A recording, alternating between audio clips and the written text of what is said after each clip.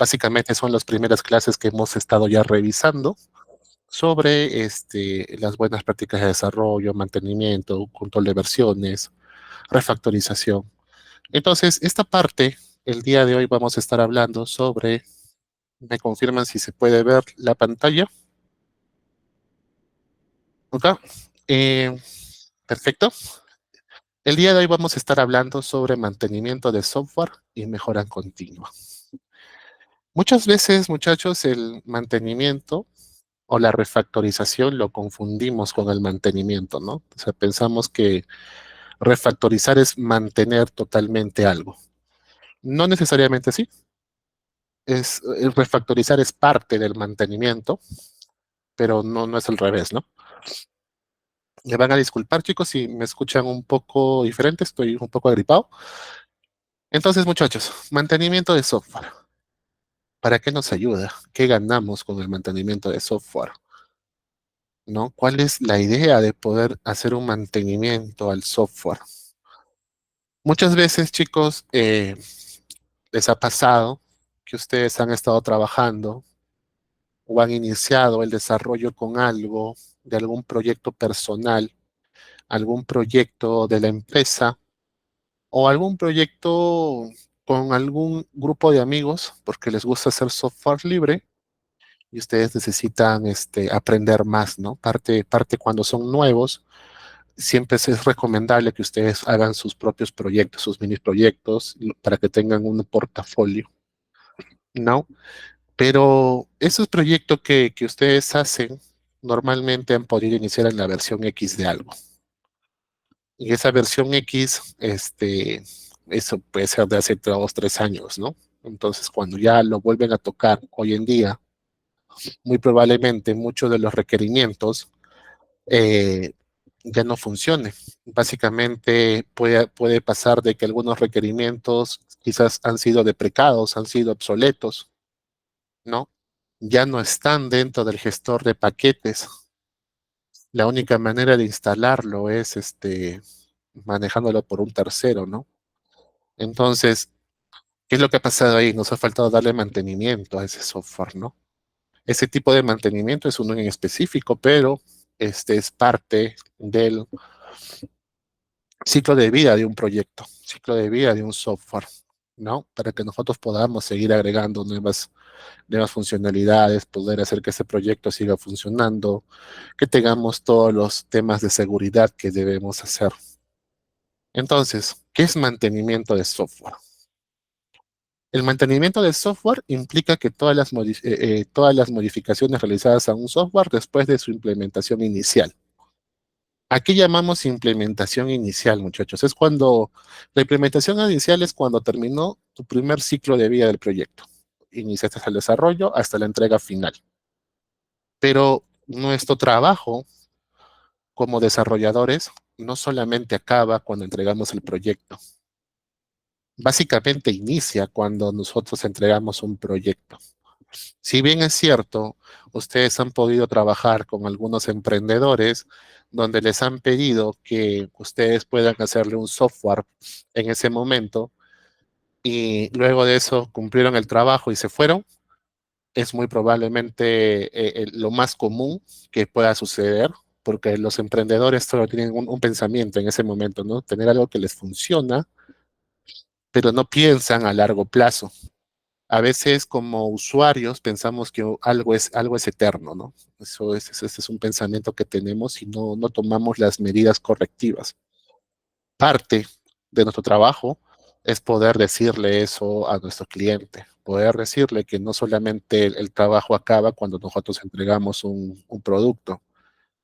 El trabajo continúa porque hay que hacer ciertas mejoras cada cierto tiempo a nuestro software. Ahora, hay clientes que son conscientes de eso y que quizás su etapa de su proyecto esté en una etapa inicial y ellos necesitan un MVP para poder salir, ¿no? Y después de eso, muy probablemente van a seguir agregando nuevos módulos y ese sistema puede ir creciendo. Entonces, eh, el mantenimiento de software va a ser una etapa necesaria post entrega del proyecto, pos el primer ciclo de vida del proyecto, porque luego comenzamos a tener una versión, otra tercera versión, mejoras de seguridad, mejoras de implementación, nuevos features, ¿no? Soluciones de bugs, refactorizar código, ¿no? Encontrar si algo está muy lento, poder testearlo y encontrarlo. Por lo tanto, chicos, existen algunos tipos de mantenimiento de software, que son los correctivos, los adaptativos, los perfectivos y los preventivos. ¿Ok? Entonces, importancia del mantenimiento de software, ¿no? Asegura las correcciones, ¿no? De la presentación postproducción. Normalmente nosotros tenemos un ciclo de vida de los proyectos, ¿no? El desarrollo, la etapa de QA, la etapa de producción, cuando ya está el producto en su etapa final y está siendo usado por los clientes.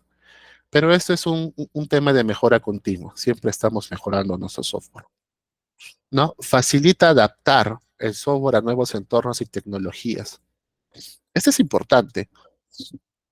Alguna vez a mí me tocó, chicos, trabajar con un proyecto bastante antiguo que usaba una versión bastante obsoleta de, de PHP y de Node. O sea, estábamos hablando que estaban con esa versión de PHP 5 cuando ya existía la versión 7.4 y estaban usando Node 8 o 10, creo, cuando ya existía Node 14, Node 16.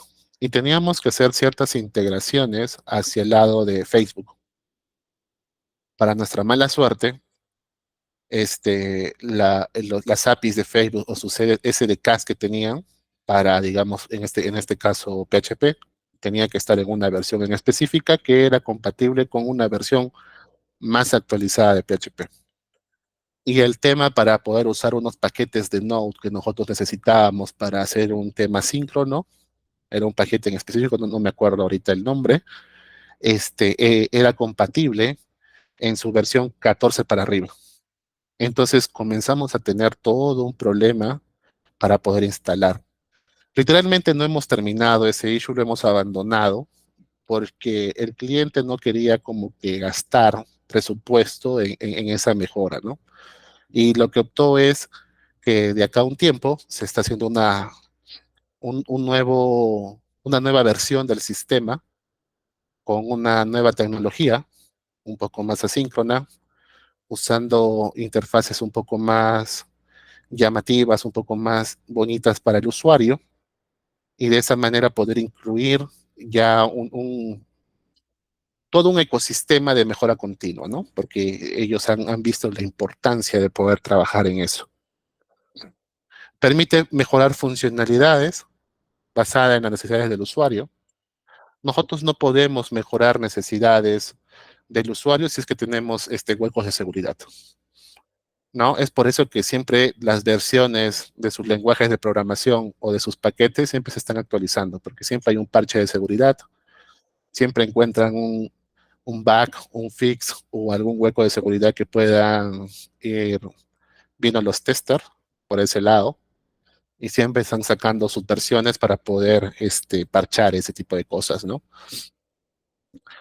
Previene futuros problemas al mantener un código limpio y optimizado. Esto ya son los procesos que hemos venido hablando en todas las cosas anteriores, ¿no? De poder refactorizar, de poder seguir las buenas prácticas de desarrollo. Si vemos que algo no tiene una buena práctica, un estándar, lo mejoramos para que sea mucho más fácil el mantenimiento a futuro, la refactorización a futuro, ¿no? Ahora vamos a hablar un poco sobre el tipo o los tipos de mantenimiento que nosotros tenemos. El mantenimiento correctivo. Es muy probable que esto sea una de las cosas que más van a hacer, porque cuando nosotros programamos, hacemos ciertos formularios, eh, cuando el cliente no tiene la visión necesaria, la visión completa de qué es lo que él necesita, al finalizar el software o durante el proceso de software, siempre están saliendo nuevos requerimientos y siempre estamos diciendo, oye, no, esta variable es requerida, esta variable tiene que ser alfanumérico, bueno, este input tiene que ser un seleccionar, tiene que ser un seleccionar múltiple, tiene que ser, solamente tiene que recibir fechas, solamente puede recibir enteros, solamente puede ser mayúsculas. Entonces comenzamos a hacer correcciones sobre esos formularios. Si bien es cierto, acá les estoy mostrando un código o un ejemplo de código que es hacia el lado del backend, también se hacen los ajustes desde el lado del frontend.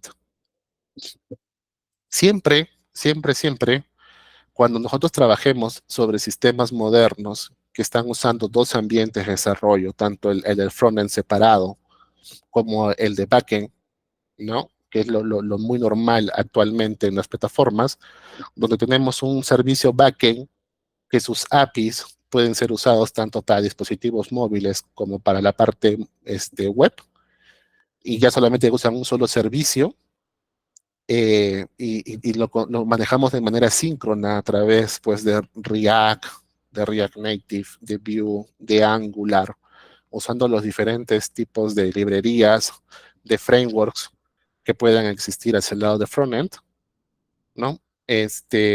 Siempre vamos a estar corrigiendo de los dos lados, porque las validaciones no solamente las hacemos desde backend, también hay un tema que hay que hacerlas desde frontend, ¿no? Tenemos que proteger nuestros formularios, tenemos que proteger de que no nos estén ingresando caracteres que no deben. Ahora, nosotros tenemos una desventaja, ¿no? Cuando usamos lo que es JavaScript puro. Ese JavaScript puro, nosotros importamos algunas librerías externas. Al dar clic derecho, ver código fuente de la página, nosotros podríamos ver qué tipo de variables están utilizando o qué tipos de funcionalidades estamos trabajando, ¿no?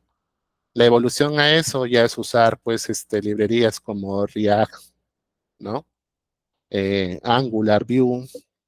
Bueno, Angular es más un framework, ¿no? Porque ese es mucho más, tiene más años y es mucho más robusto en ciertas cosas, tiene más librerías, más paquetes integrados, ¿no? React es una librería que se va integrando a otras librerías, pero es necesario usted poder pasarnos a las tecnologías porque ellos ya encapsulan ese tipo de información. Por lo tanto, cuando ustedes ven el código fuente con esos proyectos, muy probablemente no van a ver el código script, ¿no? Que están visualizando. Eso ya lo encapsula y lo está trabajando por dentro como un objeto. Quizás van a ver algún compilado medio raro, pero no van a ver las funcionalidades que ustedes están haciendo. No, muchas veces los ataques que suelen hacer los, las personas un poco maliciosas es poder hacer un SQL injection, ¿no? Y SQL injection va hacia el lado de poder meter ciertos scripts en un input para poder encontrar un hueco de seguridad en nuestro backend y poder obtener ese tipo de información que nosotros no estamos validando, ¿no?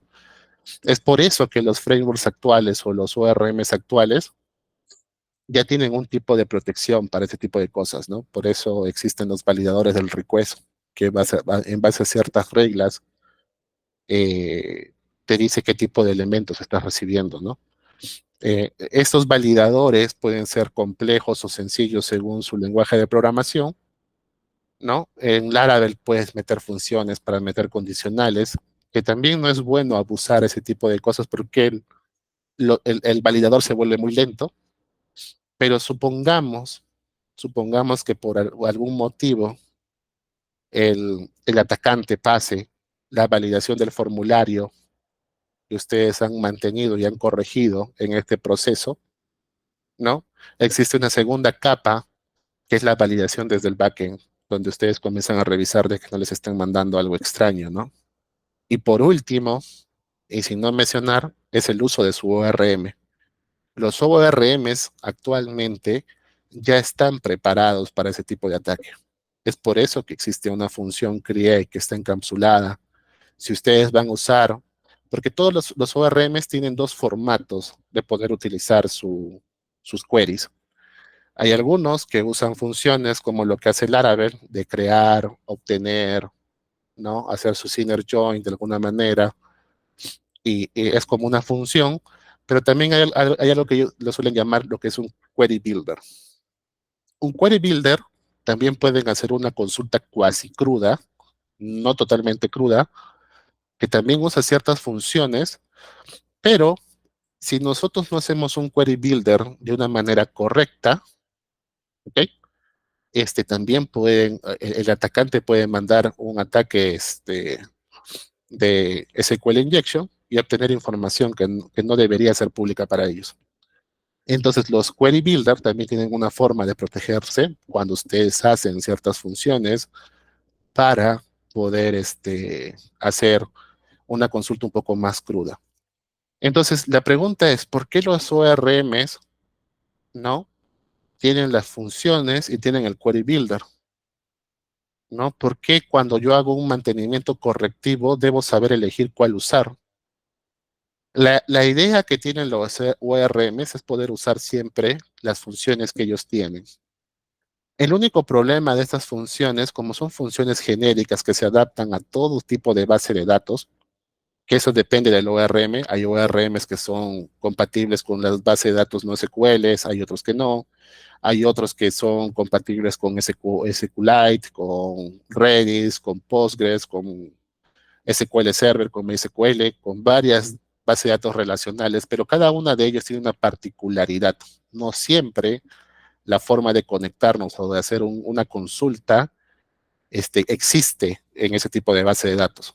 Entonces, por lo tanto, un objeto, una función de un ORM va a tratar de hacer una consulta genérica, en cierto modo. ¿Ok? Con un query builder podemos hacer algo un poco más especializado, pero hay que darle los atributos de protección que es necesario. Va a depender mucho del ORM que ustedes estén usando. Tienen que leer la documentación para ver cómo reciben las variables y los parámetros para que lo puedan proteger, pero es un tema que lo tienen que siempre tener cuidado, ¿no? Ahora, en algún momento, chicos, van a tener que elegir esto, porque definitivamente hacer un query builder es mucho más rápido que usar una funcionalidad. Es súper más rápido, ¿va? Esa decisión lo tienen que tomar en base al tipo de proyecto. ¿Por qué en base al tipo de proyecto? Porque hay proyectos donde a los usuarios no les importa esperar un segundo o esperar 2 segundos, pero hay proyectos donde sí les importa, donde un segundo es mucho tiempo. Y eso tiene que ser en milisegundos, ¿no? Entonces tiene que ser la respuesta mucho más rápida, mucho más optimizada, hacer un query que realmente sea acorde a lo que nosotros estamos haciendo. La otra forma, que quizás no es solamente usar el tema de que si quiero velocidad o no, sino también es ver cuán complejo es una consulta.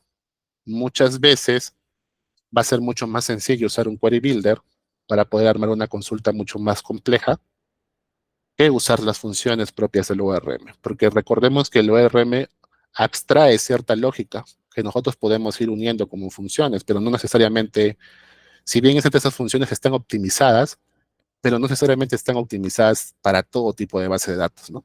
Entonces tenemos que ir tomando las decisiones en base al tipo de proyecto que estamos trabajando.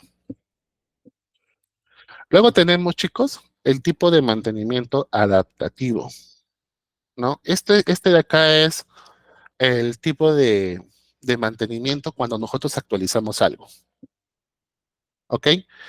Eh, ¿Por qué? ¿Por qué normalmente nosotros lo usamos cuando actualizamos algo? Vamos a ponernos en el caso, un ejemplo, por ejemplo, cuando hemos creado los proyectos que les he compartido, el último proyecto que les he compartido de Laravel, ustedes se han dado cuenta que ese proyecto está en Laravel versión 10, ¿ok?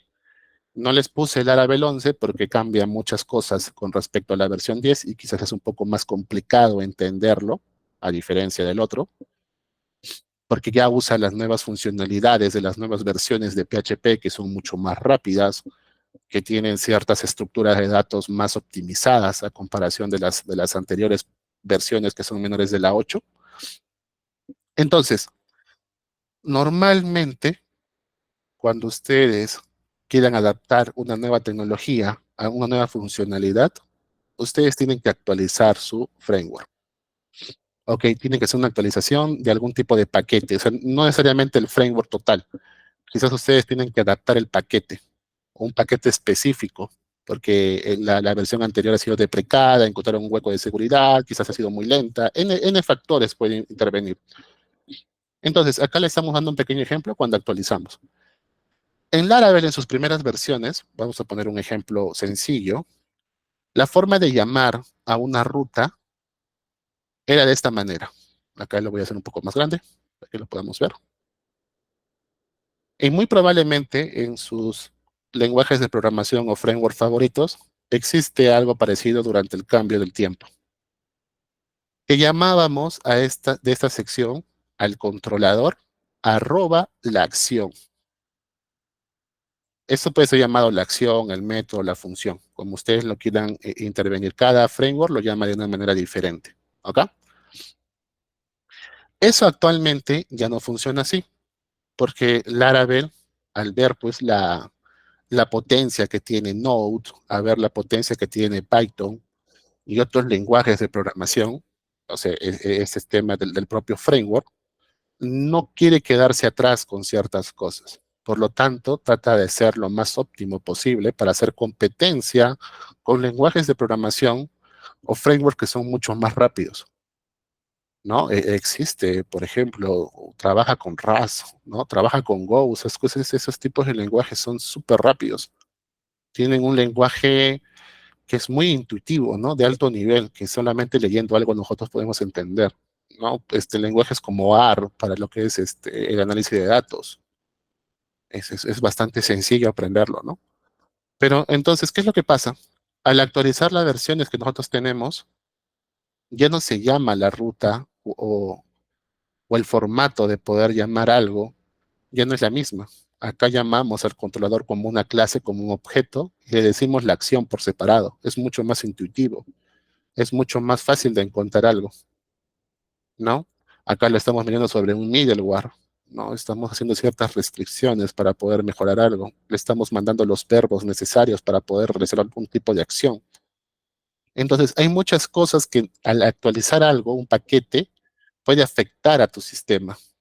Entonces, nosotros tenemos que ser conscientes de qué cosas debemos actualizar cuando actualizamos algo.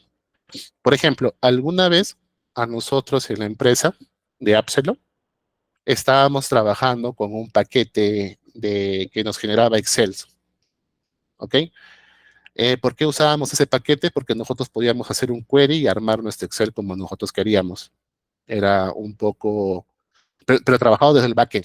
Entonces nosotros lo mandábamos esa información al front para que él lo pueda descargar o lo pueda visualizar.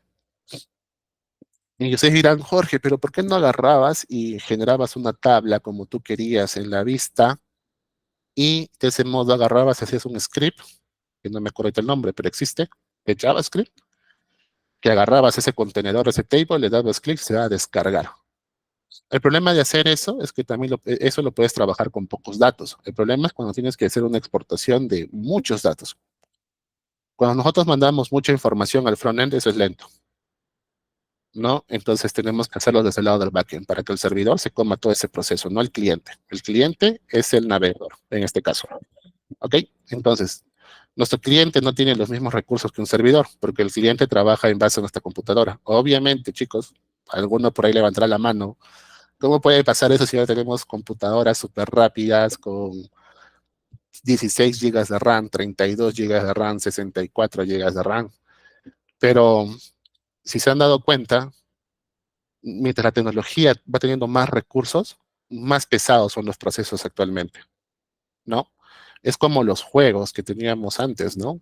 Por ejemplo, ustedes podían jugar, no sé, un Crysis en una computadora de 8 gigas de RAM o de 6 gigas de RAM, tener una gráfica decente y ese juego corría de maravilla, ¿no? Ahora, si ustedes juegan su Fortnite, aunque está hecho pues con, ay, se me fue el nombre de ahorita del motor gráfico, pero Fortnite parece un juego sencillo, pero es uno de los juegos que más recursos utiliza. Entonces, las tecnologías Mientras van actualizándose y son más modernas, más recursos usamos. Ese es el poder que nosotros, el poder computacional va creciendo. Necesitamos más cosas que procesar. ¿Ok? Entonces lo que nos pasó fue que la forma de armar ese Excel ya no era compatible con la nueva versión, porque la primera versión tenía un hueco de seguridad. Habían encontrado que un atacante a través de mandar un tipo de variable podía acceder a ciertos registros del sistema operativo. Era una cosa media peligrosa.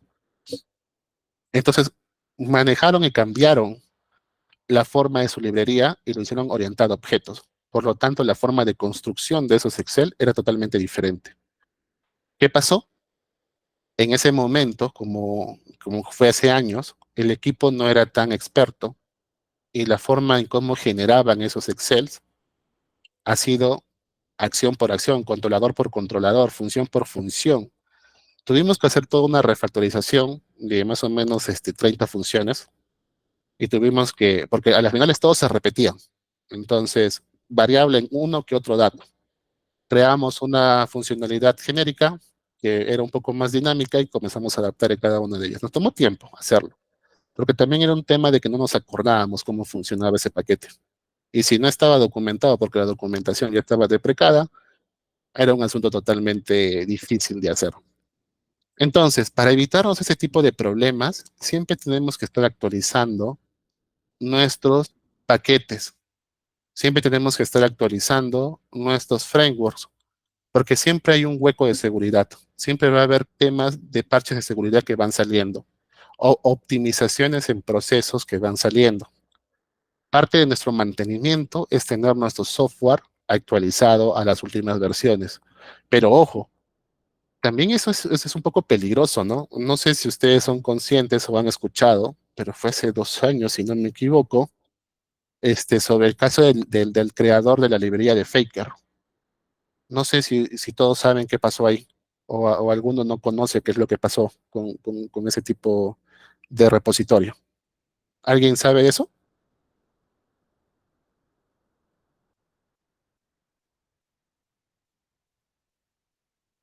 No llegaron a escuchar, chicos. Fue un tema bastante polémico en su momento y es algo que nosotros totalmente usamos. Es una librería muy usada actualmente. ¿Alguien sabe qué es lo que pasó? No, les comento un poco. Lo que pasó fue de que en las librerías, tanto de cuando ustedes hacen una versión beta de sus datos, normalmente llenamos la información con datos fake. Para eso nosotros estábamos usando una librería llamada Faker. Bueno, no nosotros, usamos Faker, pero en Laravel, que también es parte es como un fork de ese proyecto, pero para PHP. Pero esta librería Faker afectó netamente a los proyectos de Node. ¿Qué pasó? El desarrollador estaba en conversaciones con una empresa que quería sacar una librería de Faker parecida a la de él, porque de él era software libre, y él vivía de las donaciones que les hacían las empresas. Una de esas empresas que le donaba dinero anual para que él pueda seguir manteniendo su librería, dijo, ¿para qué voy a donar si puedo construir un paquete parecido para mi sistema? Lo que pasó es que el programador dijo, oye, ¿qué pasa? Pues no, te estás agarrando mi idea y lo estás implementando para tu sistema. Entonces se sintió como que utilizado. Lo que pasó fue que en su momento de cólera, él hizo un ajuste a su rama, mandó una nueva versión a su paquete, pero esa versión tenía un bucle infinito. ¿Ok? Entonces, ¿qué pasó? Normalmente, cuando nosotros lanzamos una nueva actualización usando el Continuous Deployment, actualizamos los paquetes si es necesario.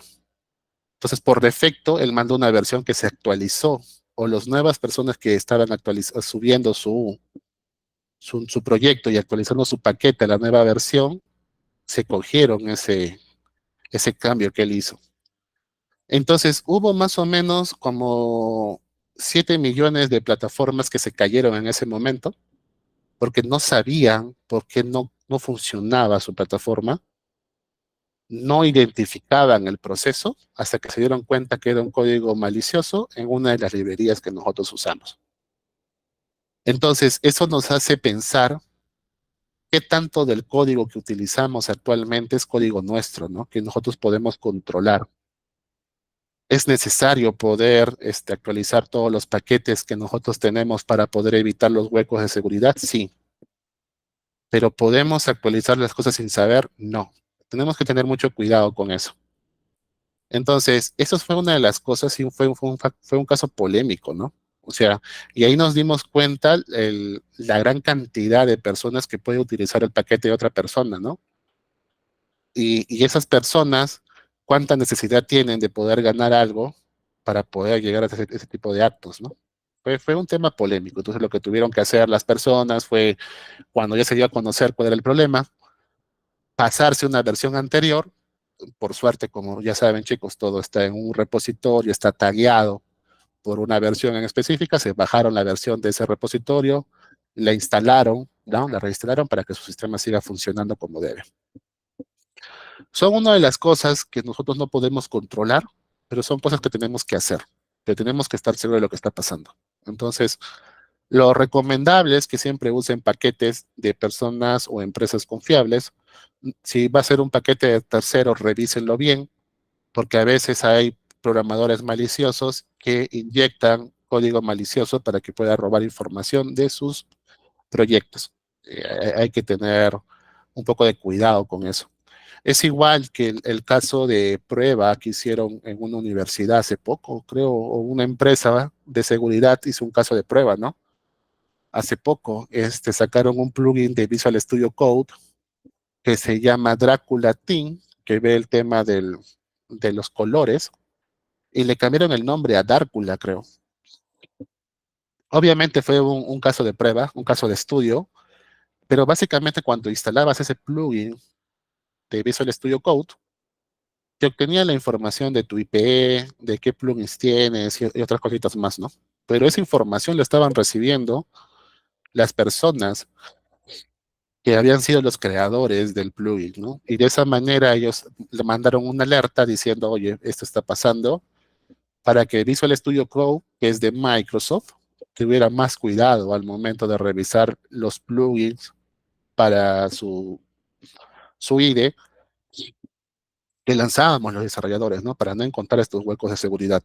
Entonces, imagínense que una persona no solamente obtenga la información de su computadora, sino que instale un malware que comience a tener información de todo lo que ustedes visitan, de todo lo que ustedes escriben, ¿no? Entonces hay que tener bastante cuidado, sus cuentas bancarias que pueden estar haciendo, que puede estar expuesto, ¿no? Entonces, el mantenimiento va de la mano también con la seguridad, muchachos, ¿no? Entonces, ahora hablaremos sobre el mantenimiento perfectivo, ¿ok? Que básicamente es mandar mejoras o actualizaciones perdón, mejoras adicionales a una funcionalidad del software, ¿no? Por ejemplo, en este caso, estoy diciendo que no tenía antes un actualizar perfil, yo ahora lo agrego porque lo necesito. ¿Ok? Básicamente es eso. Luego tenemos el tema del mantenimiento preventivo, que es un tema que ya hemos hablado la clase pasada, que es el tema de refactorizar código, de poder ver si estamos siguiendo las normas de los principios SOLID para poder refactorizar algo, ¿no?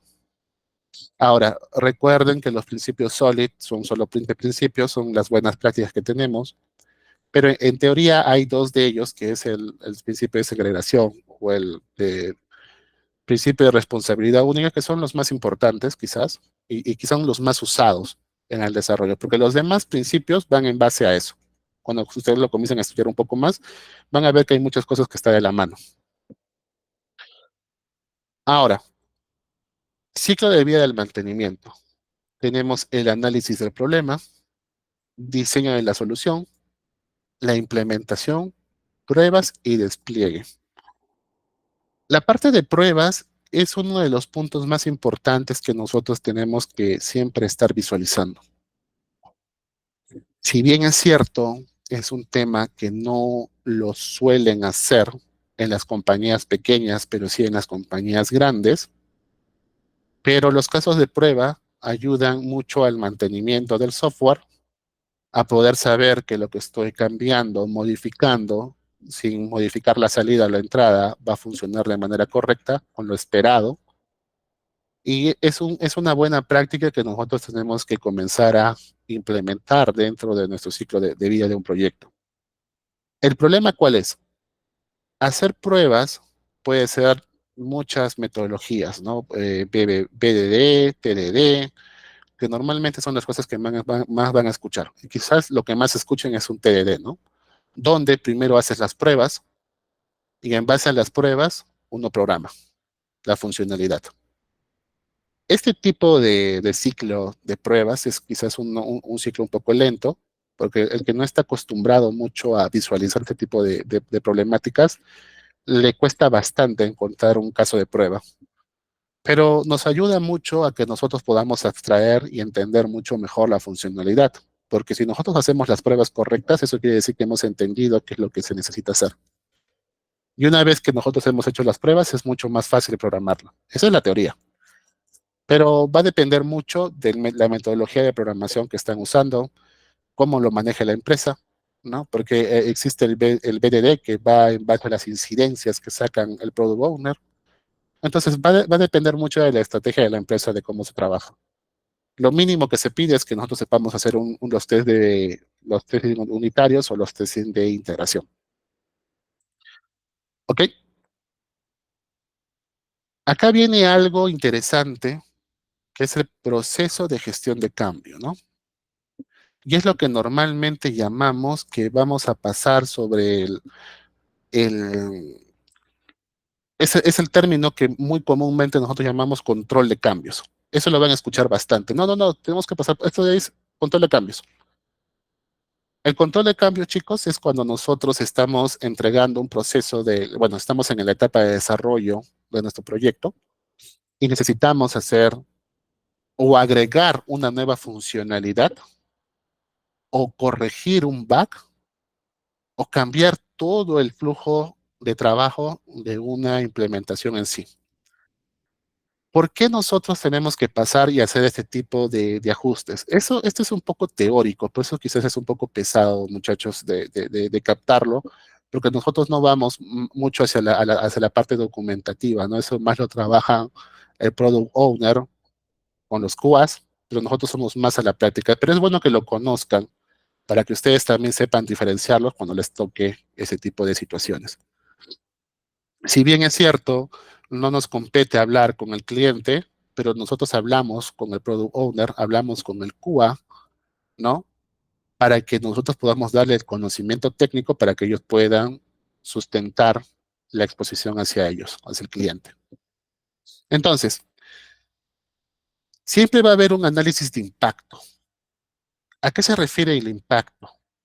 El impacto no solamente se refiere a cuánto tiempo nos vamos a demorar y qué cosas vamos a cambiar. El impacto también va hacia el lado de costos. Es decir, que, por ejemplo, y este es el caso que más va a suceder, y quizás que muy probablemente sea el más común, ustedes quedaron en un hito A, el hito A tiene que ser el registro de usuario, el login de usuario, ¿no? Donde se registra el usuario con un usuario y contraseña, ¿no? Y se inicia sesión con un usuario y contraseña. Pero viene su cliente, ustedes presentan porque han presentado sus mockups, presentaron su análisis, ustedes pactaron y te dicen, no, ¿sabes qué? Ahora quiero que mi autenticación sea dos factores. O quiero que mi autenticación sea por link mágicos. Si no conocen un link mágico, hay muchas plataformas que te mandan un link tokenizado y ustedes inician sesión con ese link. ¿Ok? Entonces, ese tipo de autenticación, ustedes no lo tienen mapeado, porque la autenticación que ustedes han acordado con el cliente fue una autenticación sencilla de usuario y contraseña. Pero ya te están cambiando el entorno de jugada, ¿no? O necesito que me trabajes con una autenticación de dos factores. O necesito que me trabajes con un single sign-on, ¿no? ¿Cómo lo implemento? ¿Cuánto tiempo me va a afectar? ¿Qué necesito modificar? Entonces, todas esas preguntas pasan sobre el análisis de impacto. Ustedes dicen, ¿sabes qué, Product Owner?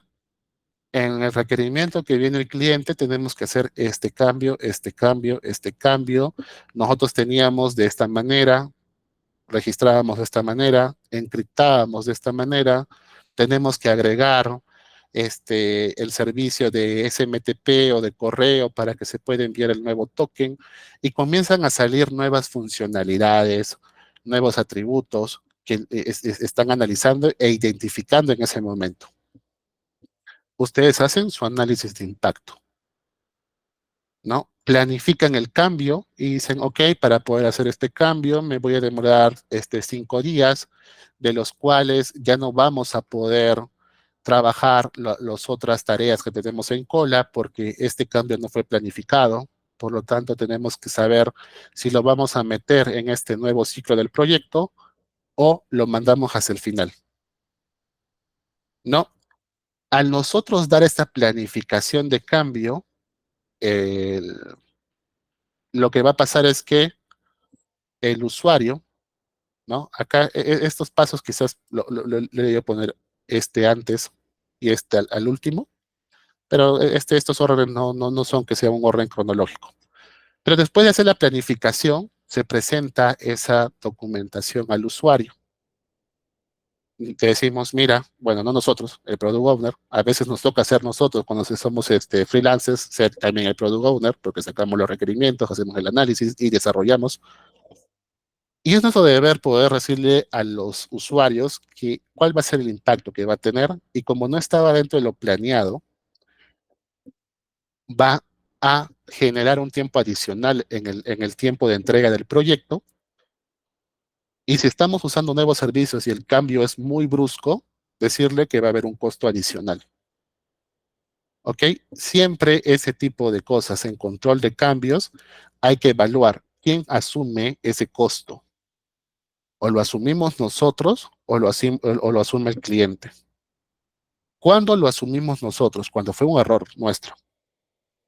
O sea, si realmente el cliente estuvo insistente y nos dijo, yo quiero de que sea la autenticación por un single sign-on o quiero que sea un factor, una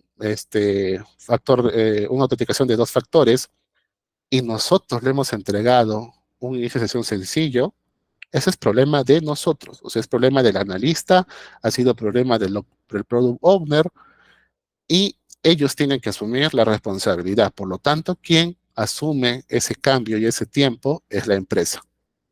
O sea, nosotros como desarrolladores por haber sacado mal nuestro análisis, ¿no? Habrá una llamada de atención, eso ya lo ve el CTO con recursos humanos, pero ese es un impacto que suele pasar. Alguien tiene que asumir ese costo, ese tiempo. Si fue problema de los desarrolladores, ahí viene un tema un poco polémico, ¿no? ¿Qué hago? Hasta así, yo entendí mal lo que me están diciendo y programé algo totalmente diferente. Me tengo que quedar más horas, esas horas me las van a pagar. Y comienza a haber un tema un poco de ver cómo se acuerda con la empresa, ¿no? Pero a las finales, cuando este requerimiento ha sido mal tomado, alguien tiene que ser responsable del impacto que tiene. Cuando es del lado del cliente, es porque el cliente te dijo, no, necesito hacerlo que sea una autenticación simple de usuario y contraseña, y cuando tú presentaste ese cambio, esa funcionalidad, te dicen, no, mejor hagamos esto. Entonces, ese costo lo asume el cliente, porque él no te dijo desde un principio, no estaba dentro de tu análisis, no estaba dentro de tu planificación, te va a tomar más tiempo, va a haber más esfuerzo en los recursos de la empresa con sus colaboradores, ¿no? Por lo tanto, ese costo lo asume el cliente. Una vez que han revisado la documentación y ellos han aceptado cómo va a ser los protocolos de esta implementación, nosotros pasamos a la acción y comenzamos a implementar. ¿Ok?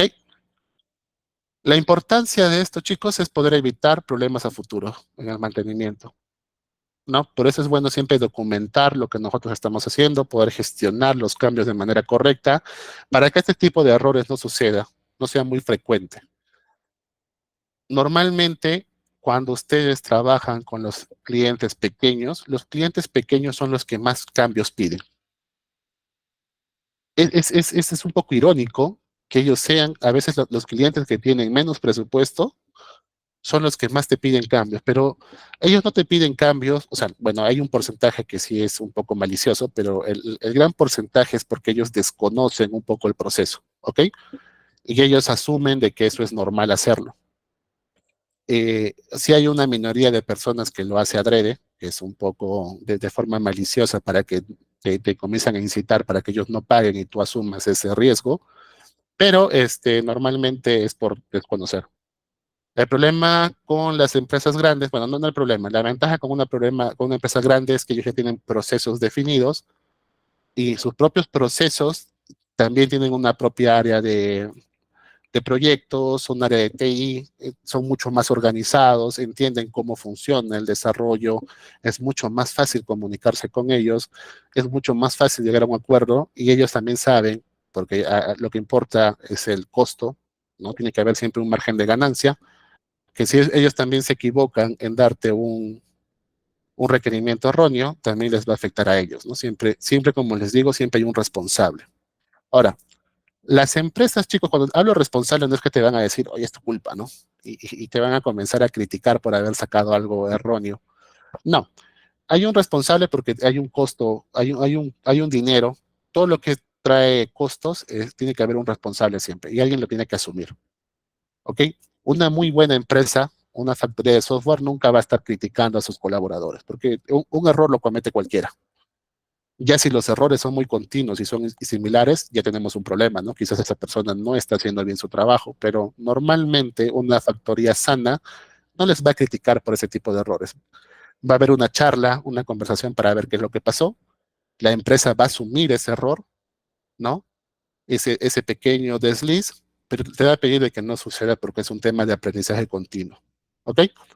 Una empresa tóxica sí te va a hacer ese tipo de ajustes. Y es más, hasta te pueden descontar para que tú asumas ese costo adicional. Es un tema que no debe pasar, pero existe. ¿Ok? Entonces tengamos mucho cuidado con esto, muchachos. Si ustedes quieren irse hacia el lado de la planificación, del análisis, tienen que entender muy bien el análisis y el requerimiento del usuario. Y nosotros como desarrolladores tenemos que dar el soporte a los de planificación para que ellos también sepan lo que está pasando. O sea, es un trabajo en conjunto. Lo que sucede normalmente es que a veces análisis promete cosas que nosotros no podemos hacer. Eso ya es diferente y sucede mucho. Pero en una buena empresa que tiene los procesos bien definidos, no sucede muy a menudo. Y acá viene un tema, chicos, que es la mejora continua, ¿no? ¿Cómo nace este término DevOps? Que es un término bastante conocido actualmente. ¿Qué es un DevOps? ¿Cómo nace? Porque normalmente están los SRE, los sysadmin, ¿no? Pero ¿qué es un DevOps? ¿No? Entonces, la mejora continua es el proceso constante de optimización del software y procesos y buenas prácticas que nosotros tenemos, ¿no?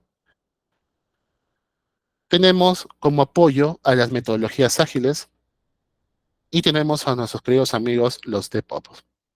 Los DevOps es un término que nace a través del nacimiento de GitLab, si no me equivoco, que ellos al poder meter lo que es la integración continua y el continuous deployment, nace este término de desarrollo de DevOps, que son desarrolladores que tienen cierto conocimiento de sistemas para que puedan hacer el deploy de manera correcta en los servicios.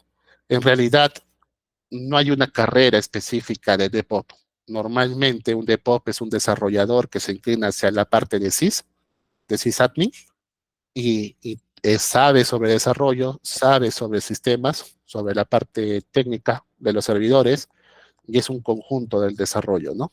Es un conjunto de las dos carreras. La pregunta es, ¿existe un DevOps junior? No existe un DevOps junior, chicos. Normalmente van a encontrar puestos de trabajo que les van a decir, necesito un DevOps junior con 20 años de experiencia, porque en realidad no existen. En realidad son programadores seniors que ya tienen, o semi-seniors, que ya tienen bastante experiencia o un cierto nivel de conocimiento, que pueden optar por ese tipo de servicio, ¿no? Obviamente existen certificaciones como las de Azure, como las de Amazon, como las de Google Cloud, que son uno de los servicios cloud, bueno, actualmente los tres servicios cloud más conocidos, pero existen otros, que ustedes pueden certificarse para que puedan tomar la rama de topo, pero son netamente teóricas. A las finales, ustedes pueden conocer la teoría, pero si no lo practican, tenemos un problema. ¿Ok? Entonces, para responder la pregunta si alguien se está haciendo si existe un Depop Junior, no existe. ¿Ok? Entonces, pero ¿podrías empezar como Junior? Se puede. Se puede, todo con esfuerzo y dedicación se puede, pero la teoría y en la práctica lo mejor es que ustedes sepan programar y sepan algo de sistemas para que puedan ser un DevOps de calidad. No está mal decir que si ustedes son juniors y quieren irse por la rama de DevOps, puedan ingresar a una factoría de software que tenga esta rama. Ustedes están desarrollando, pero pueden ir aprendiendo de los expertos que son los DevOps, que ya son semi-seniors o seniors, y aprender de ellos para que ustedes en algún momento decidan cambiarse a esa área. ¿Ok? Entonces, tenemos algo importante, ¿no? Con el nacimiento de los Depop, ¿qué pasa? ¿Qué cosas estamos mejorando? ¿No? Estamos mejorando el poder mantener el software de manera relevante y competitiva, optimizar los procesos, ¿no? De rendimiento y usabilidad, reducir costos a largo plazo y evitar la obsolencia. Esta parte, muchachos, es muy importante. Pero antes de continuar, chicos, yo sé que esta parte es un poco pesado. Luego vamos a ver un pequeño ejemplo de Bitbucket que hemos hecho en la empresa y les voy a contar por qué pasó eso para que ustedes puedan ver algo un poco más dinámico. Pero hasta el momento, ¿tienen alguna duda con respecto a lo que estamos hablando?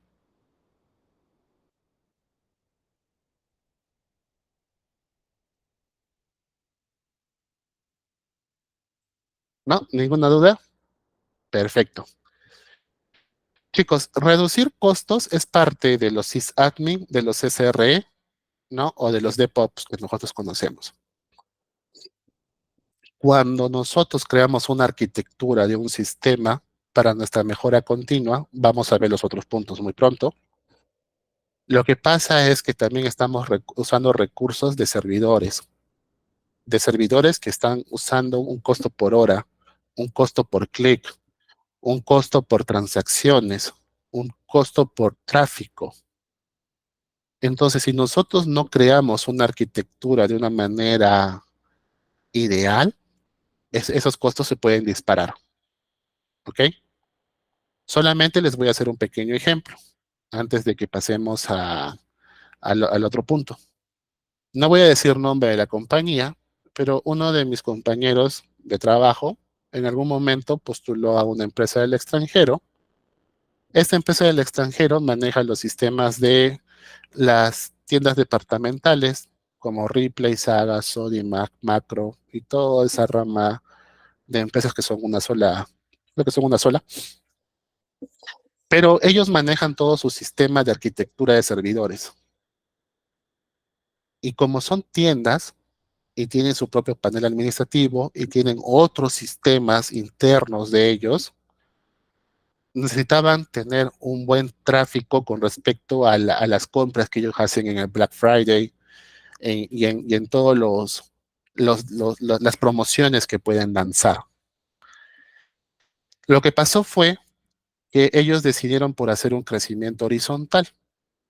Después vamos a ver un poco qué es un crecimiento horizontal o un crecimiento vertical. Algunos de ustedes ya lo conocen. Lo que pasa es que cuando ese crecimiento horizontal no es controlado, puede llegar a costarte mucho dinero. Lo que pasa es que estas empresas llegan a gastar, y a veces nosotros decimos gastar $100 es caro, pero esas empresas normalmente gastan entre 5,000, 10,000, 30,000 o $40,000 al mes solamente en servidores. Y quizás hay empresas más grandes que gastan mucho más en servidores. Parte de lo que mi compañero tuvo que hacer para mejorar esos procesos es ver qué tipo de procesos se han generado de manera errónea o quizás en ese momento era la solución ideal, ¿ya? Y años después nació una nueva arquitectura que solucionaba ese proceso de una manera más óptima y a un bajo costo. Entonces, parte de la mejora continua es poder visualizar qué procesos se pueden mejorar con una nueva tecnología para poder reducir los costos. Porque olvídense, imagínense que tengan solamente gasten en servidores $30,000 al año, perdón, al mes, y tu rentabilidad sea de 20,000, estás perdiendo, ¿no? Estás perdiendo dinero.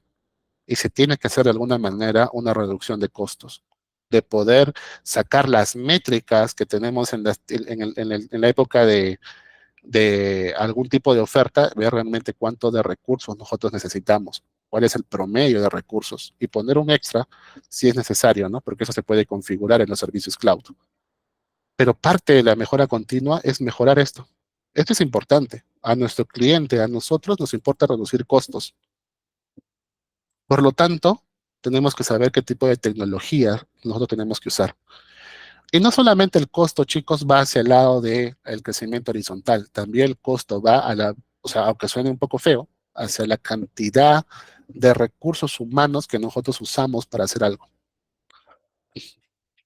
Al costo que nos cuesta generar errores cuando nosotros hacemos algo mal, porque también nosotros somos como todo ser humano, tenemos ciertas preocupaciones que no nos permite hacer esto de una manera óptima. Errar es humano, no somos una computadora. Tenemos momentos donde estamos un poco distraídos, eliminamos algo que no debemos eliminar, ¿no? Configuramos algo que no debemos configurar. Entonces, hay muchos factores. El factor humano es el más difícil de controlar, pero es el más necesario, ¿no? Ahora, pasemos un poco a las estrategias de mejora continua, que y es un poco a lo que nosotros queremos ir, ¿no? A lo que nos importa. Para la mejora continua, chicos, quizás antes habrán escuchado los que son un poco más adultos, ¿no? Han escuchado sobre los procesos de documentación y muchos de ellos habrán usado Cascada. Me preguntan, ¿Cascada se usa actualmente? Sí. Hay muchas empresas que lo siguen usando porque les funciona, porque es su forma de trabajar, es su forma de hacer análisis. ¿Es lo más óptimo? Muy probablemente no, porque la metodología Cascada agarra y lo que hace es sacar todo el análisis que puede durar meses, años, y luego comienzas a implementar. Y si te confundiste, si te equivocaste algo en ese proceso, olvídate, algo tienes que cambiar en los procesos posteriores. Es un poco complicado darle el mantenimiento. Entonces nacen las metodologías ágiles, ¿no? Como Scrum o Kanban. ¿Alguno de ustedes ha usado estas dos metodologías? Estoy casi seguro que todos lo han usado. ¿Alguno de ustedes nunca lo ha usado?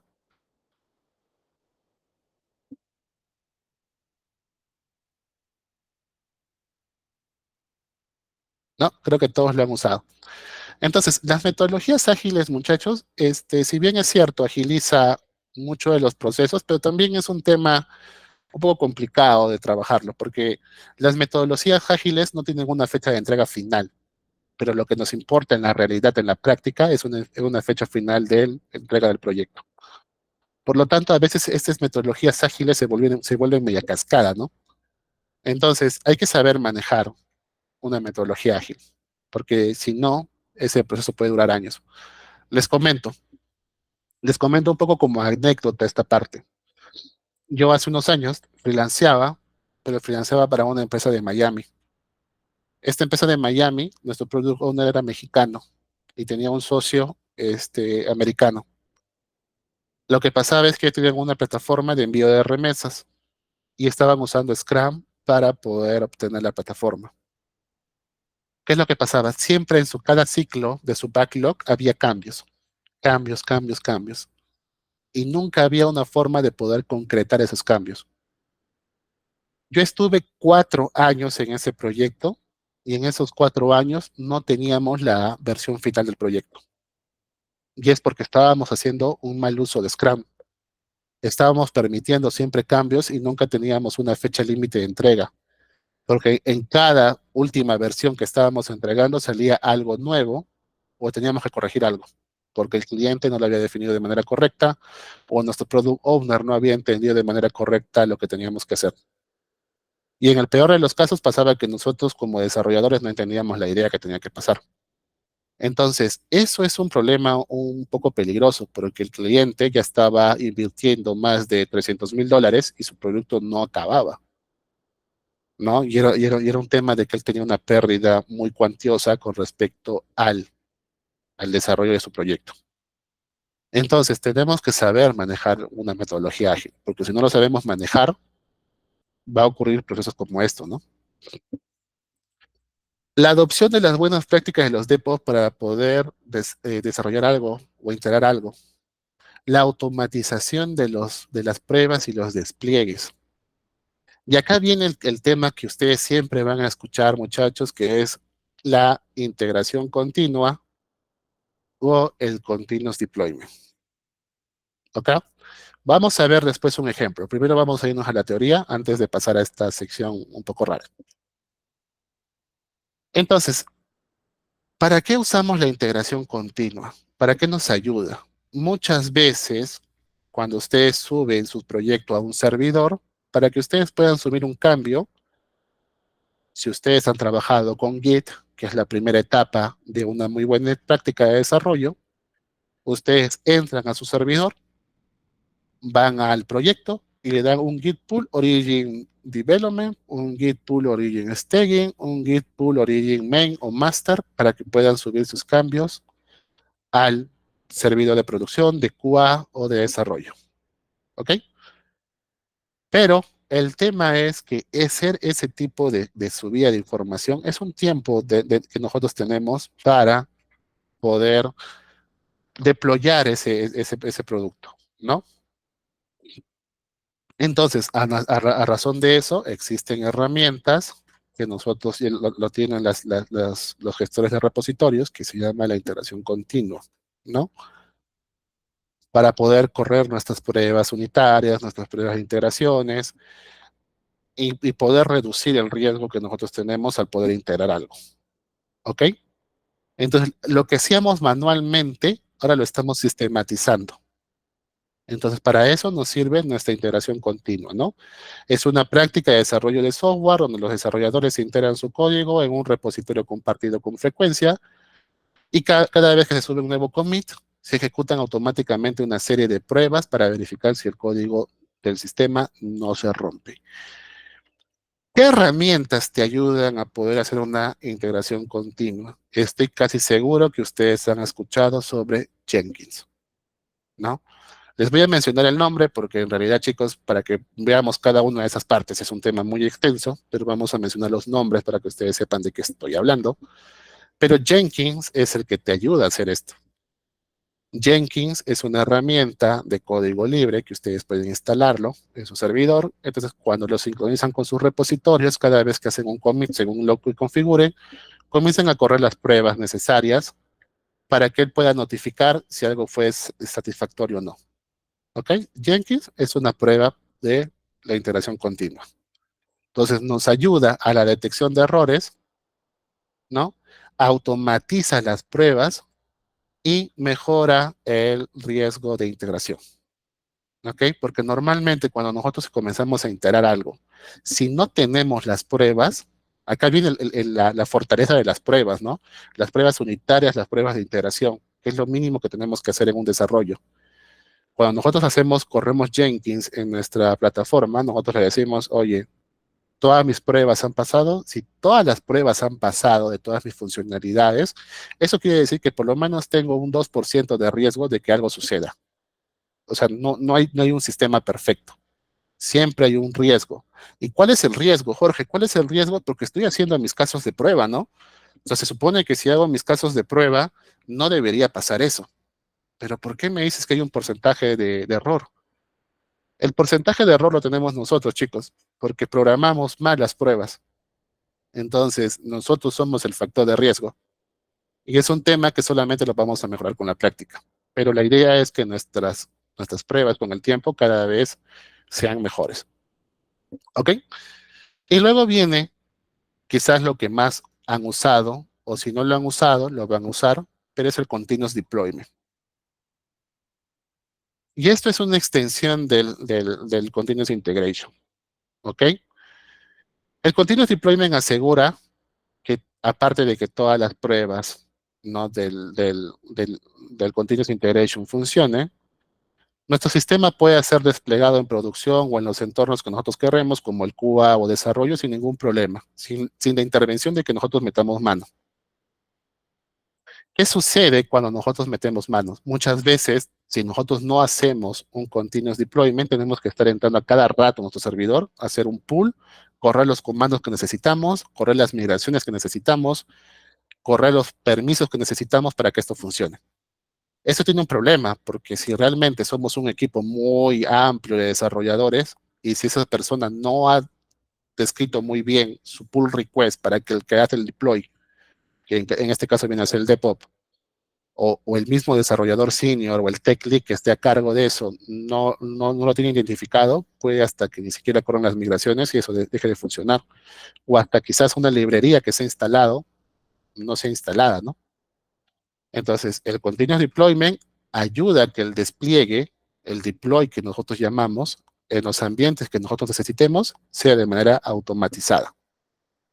Entonces, objetivos, automatiza el despliegue, ¿no? Que el código de todas las pruebas o tu código de desarrollo sea desplegado automáticamente en los servidores. Hace que tus despliegues sean frecuentes sin que nosotros tengamos que estar entrando al servidor, sea automatizado. Y te da una retroalimentación rápida, porque cuando nosotros hacemos un deploy, también nos da cierta retroalimentación nuestro gestor, ¿no? Entonces, al realizar un despliegue continuo, el equipo puede recibir retroalimentación del usuario final de manera más rápida y ajustar el software según las necesidades. ¿Por qué? Porque nuestro usuario ya lo está revisando. Herramientas de mantenimiento, ¿no? Jira, Trello, para que ustedes puedan documentar las incidencias, los problemas, los features. Herramientas de seguimiento de versiones, Git, GitLab, GitHub, Bitbucket, etc. Integración continua, Jenkins, GitHub Actions. Automatización de pruebas, PHP Unit, DAS, Jest, todo lo que ustedes puedan usar según su lenguaje de programación. Despliegue continuo, Docker, Kubernetes. Y acá viene un tema un poco importante. ¿Por qué usar Docker? ¿Por qué usar Kubernetes? ¿No? Chicos, ¿conocen estos términos? ¿Saben qué es un contenedor? ¿Saben qué es Docker? ¿Han utilizado Docker alguna vez?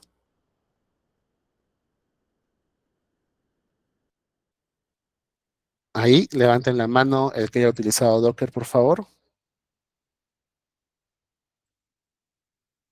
Juan nos dice que no. Acá. Chicos, si bien es cierto, cuando ustedes inician a programar, y como han visto en los ejemplos que yo les he mandado, han sido ejemplos crudos del framework. No he colocado Docker, no he dockerizado el proyecto porque primero no todos conocen la herramienta, el framework, y si le colocas un contenedor se vuelve más confuso. Entonces, lo normal es que ustedes siempre conozcan su framework de manera cruda y una vez que lo manejen de manera cruda, recién usen un contenedor. Pero ¿por qué usar un contenedor? El contenedor nace, muchachos, porque cuando nosotros levantamos un proyecto, si se han dado cuenta, nosotros dábamos un composer install. Pero ese composer install significa tener una versión de composer, significa tener una versión de PHP en específico, se necesita una librería en específico, llene cosas en específico. La idea de Docker es poder llevar ese proyecto a diferentes servidores, computadoras, sea totalmente manejable. Y que al momento de instanciarlo, no sufras con las dependencias. Es lo que ustedes con los que programas en Python usan sus environments, lo que cuando usan Java, ustedes saben que Java es como es virtualizado, lo puedes instalar en cualquier lugar, instalar sus dependencias y ya está, no hay ningún problema. Pero Docker nos ayuda a hacer ese conjunto de funcionalidades únicas, poder pasarlo a diferentes servicios, ¿no? Ahora, ¿por qué usar Docker? Porque Docker en realidad usa los recursos de tu sistema operativo, pero abstraes cada servicio que tú necesitas y llamas a los servicios cuando necesitas y simplemente llamas a su contenedor. No voy a hablar mucho en detalle porque hablar de Docker es un poco más amplio, pero para que ustedes tengan la idea general de lo que es Docker. Ahora viene esta cosa rara que es Kubernetes, ¿no? O Kubernetes, los que los conocen así. ¿Qué pasa? Cuando nosotros estamos haciendo un despliegue en un servicio de crecimiento horizontal, la idea es que cuando tengas más tráfico se crean diferentes servidores para que tú puedas distribuir tu tráfico.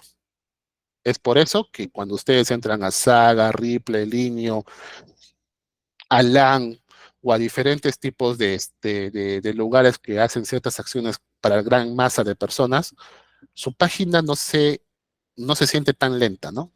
Entonces es porque ellos están distribuyendo ese tráfico en diferentes servidores. Ahora imagínense cómo harían para que luego estén instanciando cada servidor y cada estado del proyecto, porque hay diferentes circunstancias que hay que manejar, lo comienzan a hacer con un contenedor propio. No se puede, porque Docker es para una máquina en específico. ¿Podrías hacer un script que te haga algo interesante? Sí, pero a esa problemática nació Kubernetes, que puedes levantar un conjunto de contenedores y Kubernetes ya maneja el estado de cada uno de ellos de manera independiente para que puedas mejorar tu integración horizontal. Y encima a Kubernetes le puedes poner la mejora de Jenkins, que es Jenkins X, si no me equivoco, y hay otras herramientas más para que puedas hacer que el tramo de las pruebas sean mucho mejores. Ahora, hay que tener cuidado con esto, porque también si nosotros no programamos o no tenemos un límite, eso puede dispararse en costos. Es por eso que no todas las empresas usan Kubernetes o usan Jenkins, pero todos están optando por usar Docker. ¿Ok? Entonces, chicos, como desarrolladores, una vez que ustedes conozcan bien su framework, a ese framework aprendan a usar Docker. Docker, antes, por ejemplo, era necesario saber Git para que tú puedas subir de nivel. Ahora te piden como base que también, aparte de saber Git, sepas Docker. Ahora, aparte de eso, te dicen, no, tienes que saber los servicios cloud, AWS, Git. O sea, hay muchas cosas que van haciendo y se van haciendo normalizados para alguien que recién empieza.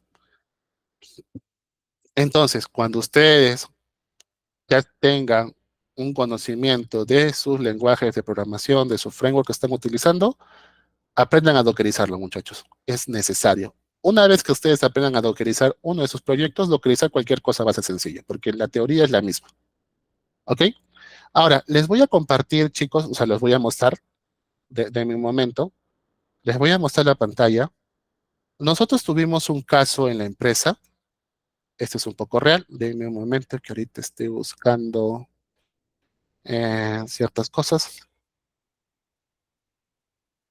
Nosotros tuvimos un caso en la empresa, muchachos, que pasa que nosotros cuando dockerizamos un proyecto, nosotros tenemos un formato en particular, ¿ok? Pero nosotros, aparte de eso, lo que hacemos es tener un proveedor de servidores. Ese proveedor de servidores tiene un formato en específico por protocolos de seguridad de cómo dockerizar un proyecto. Por lo tanto, cuando nosotros subimos nuestro proyecto a sus ambientes de ellos, dockerizamos de la manera que ellos nos recomiendan, porque hay que seguir los protocolos de la compañía, porque ellos saben por qué lo hacen, ¿ok? Pero cuando nosotros hacemos nuestro contenedor para nuestros proyectos, nosotros ya tenemos una configuración por defecto para que todos los desarrolladores puedan trabajar. Acá nosotros hemos estado trabajando con unos ejemplos del continuous deployment que estábamos probando. Les voy a contar un poco el caso, qué es lo que pasó. Como saben, en la compañía en el cual soy co-founder, nosotros tenemos como línea base, como main stack, usar PHP con Laravel como framework. ¿Ok?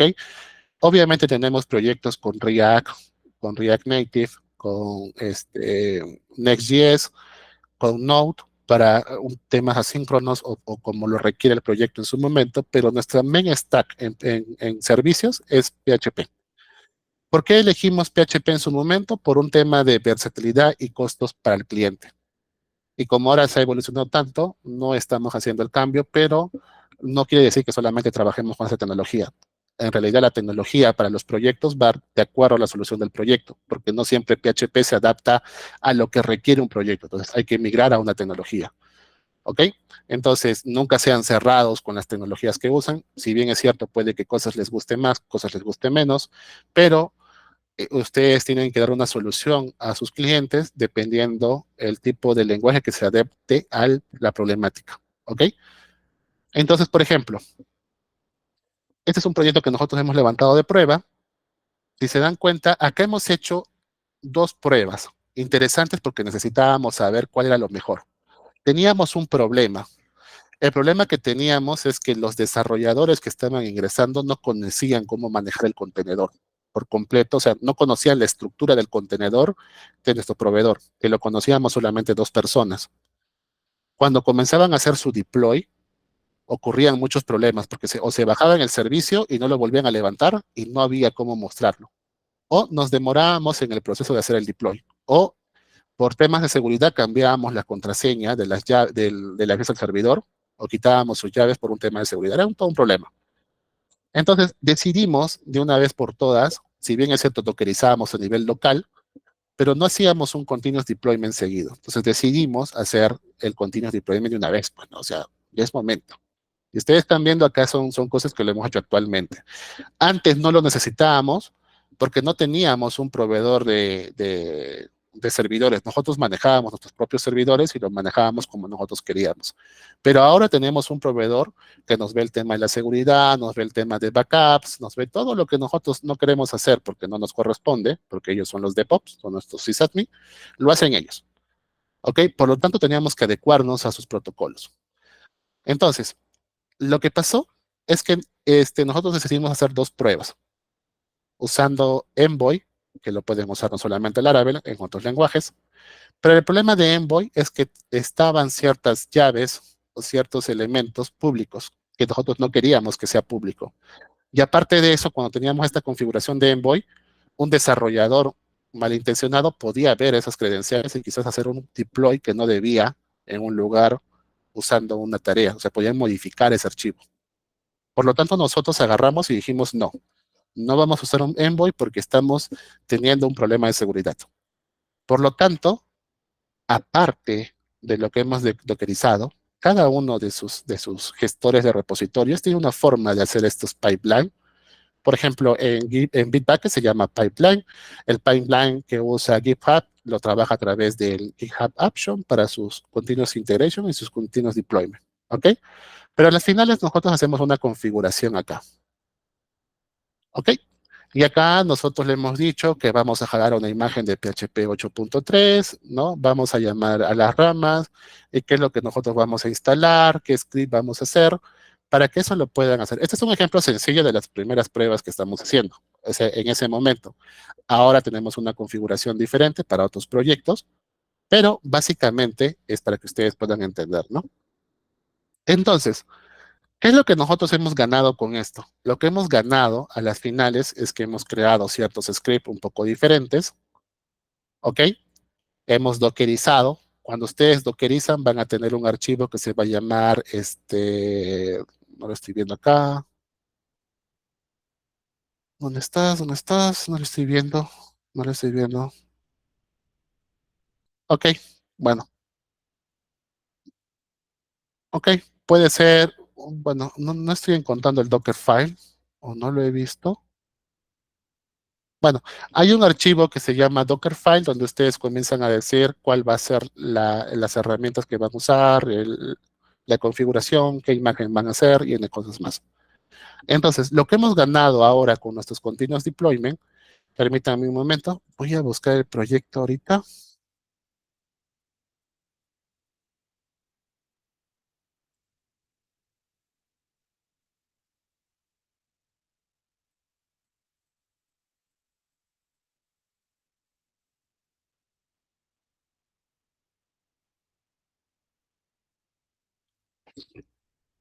Ok, lo que hemos ganado con nuestro continuo deployment, chicos, es lo siguiente. Nosotros hemos creado ciertas alternativas cuando estamos haciendo nuestros deploy. ¿Ok? Si se han dado cuenta, cuando nosotros hacemos un deploy y estamos usando el continuous deployment, te va a comenzar a hacer qué tipo de cosas se está instalando, ¿no? Los artefactos y qué se está construyendo. Pero usar Docker nos permitía hacer algo. Acá no lo tenemos, pero lo que nos permitía hacer era que podíamos poner pasos. ¿Por qué decidimos poner pasos en algunos momentos? Porque en ese momento, por ejemplo, habían procesos donde no siempre debíamos correr migraciones, no siempre debemos correr permisos. Entonces, nosotros dimos a la elección de esos pasos configurados en nuestro Dockerfile, ¿ok? Y, perdón, en nuestro pipeline, para que cuando llegue ese momento poder ejecutar lo que nosotros queremos. ¿Qué hemos ganado como empresa con eso? Los desarrolladores ya no ingresan al servidor. No tenemos problemas de seguridad a nuestros servidores privados, ¿ok? Solamente tenemos el acceso a ciertas personas calificadas a poder manejar el servidor. El desarrollador no tiene que preocuparse por ciertas herramientas más que dar un clic para poder hacer su integración continua. Hemos mejorado nuestra velocidad de presentación. Y todo esto, chicos, nos ayuda a que nosotros podamos mejorar este proceso. ¿Por qué hemos decidido hacer esto? Porque aparte de eso, nosotros estamos integrando ciertos linters para que antes de que nosotros hagamos el deploy, podamos ver si estamos escribiendo bien o no el código. Entonces, hemos comenzado a configurar muchas cosas para que de esta manera tengamos esta versatilidad con respecto a los deploy y poder mejorar, aparte de nuestra seguridad hacia los servidores, poder mejorar la velocidad con que los desarrolladores hacían una integración hacia un tipo de deploy. Chicos, ¿hasta acá tienen alguna duda, alguna consulta que me quieran hacer con respecto a lo que estamos hablando?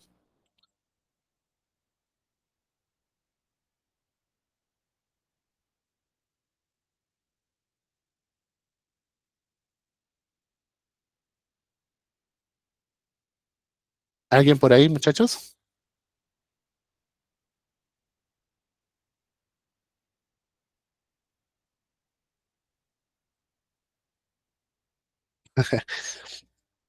Va, perfecto. Entonces, chicos, básicamente esas son las secciones que ustedes tienen que comenzar a revisar con respecto a sus pipelines, ¿no?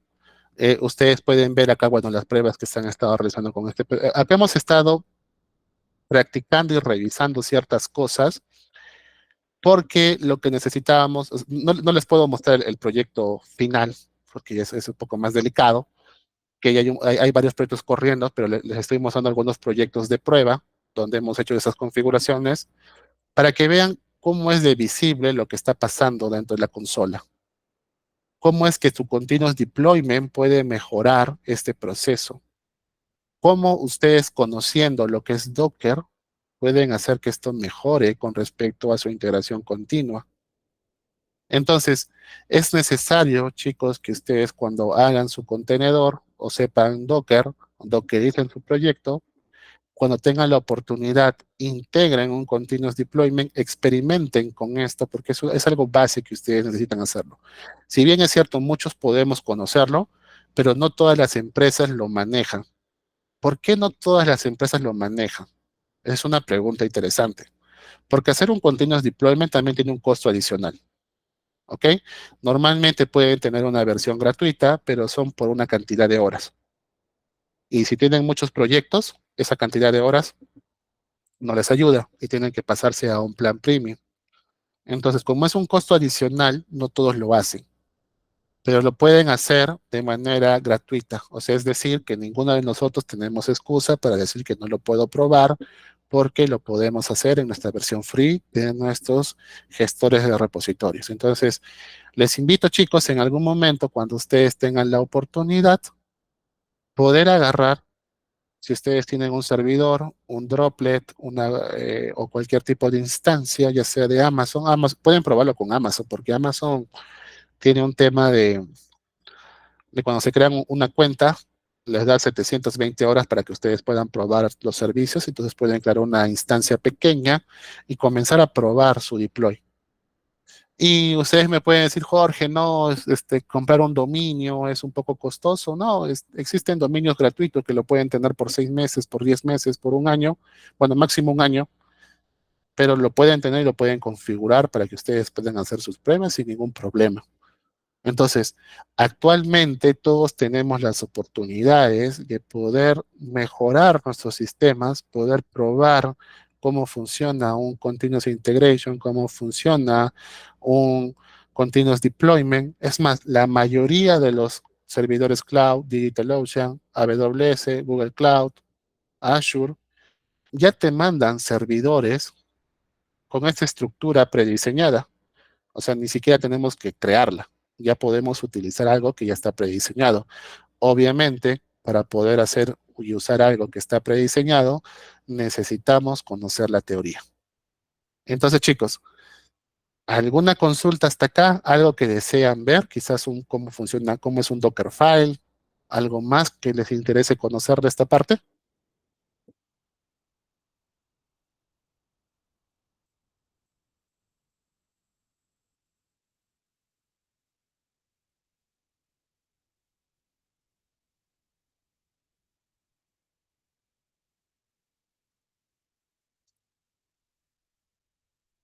Ok, ok, Jesús.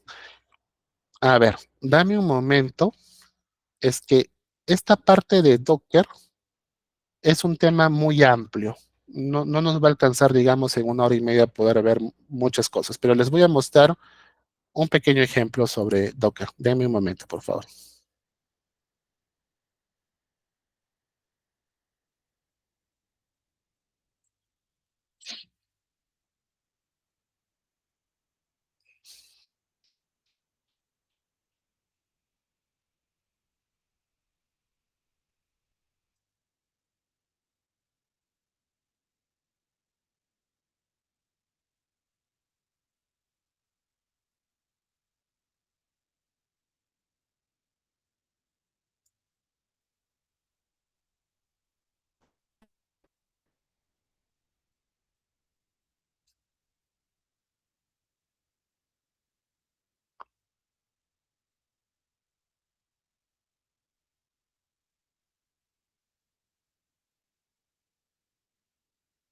Ok, chicos. Ok. Vamos a ver un poco.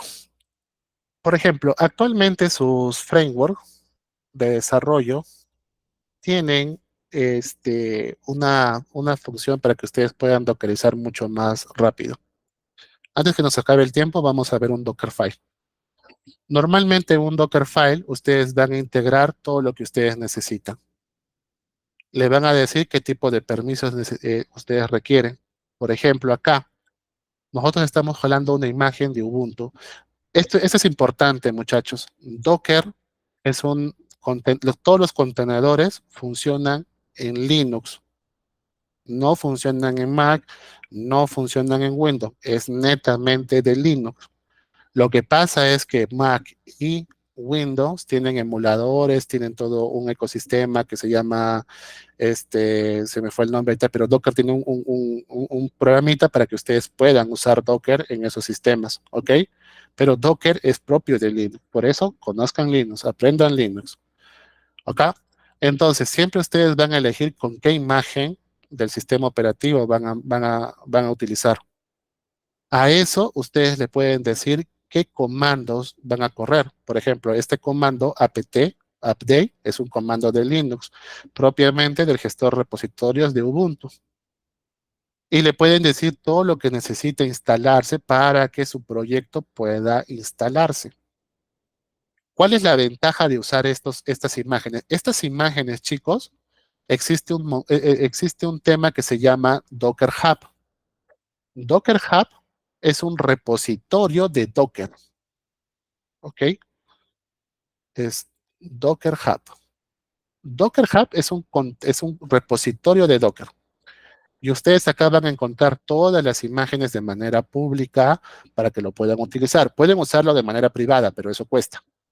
Pero en realidad todo lo que ustedes hagan con Docker, lo pueden crear su propia imagen y para que lo puedan reutilizar en otros proyectos, lo suben en Docker Hub. ¿Ok?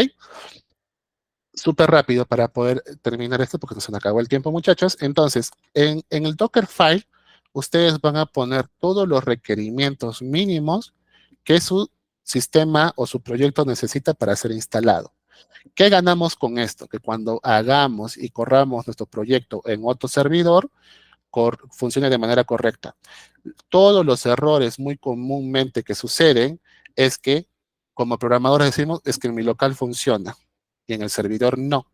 Y es lógico, porque muchas veces, si tú estás programando en Windows, programas en Mac, programas en Linux, en otra distribución que no sea Ubuntu en específico o alguna en particular, las dependencias de ese sistema operativo son diferentes.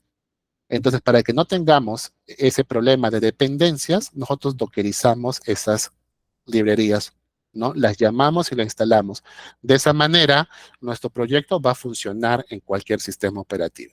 Es un poco el resumen que les puedo dar sobre Docker, muchachos. Les estoy mostrando cómo funciona. Acá le estamos corriendo ciertos comandos. Acá estamos instalando el cliente de MySQL.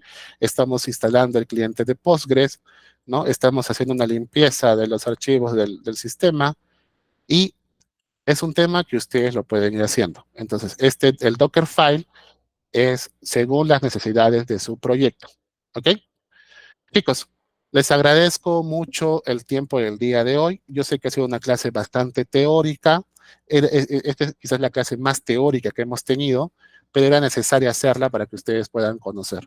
La siguiente clase vamos a hablar sobre las pruebas y quizás hacer una clase mucho más dinámica porque es algo que nos interesa a todos. ¿Ok? Chicos, entonces les invito por favor a que tengan que hacer su prueba que les ha mandado Melissa para que ustedes nosotros podamos calificar el aprendizaje que tienen hasta el momento. Entonces, para poder finalizar, le doy pase a Melissa y les agradezco mucho su tiempo.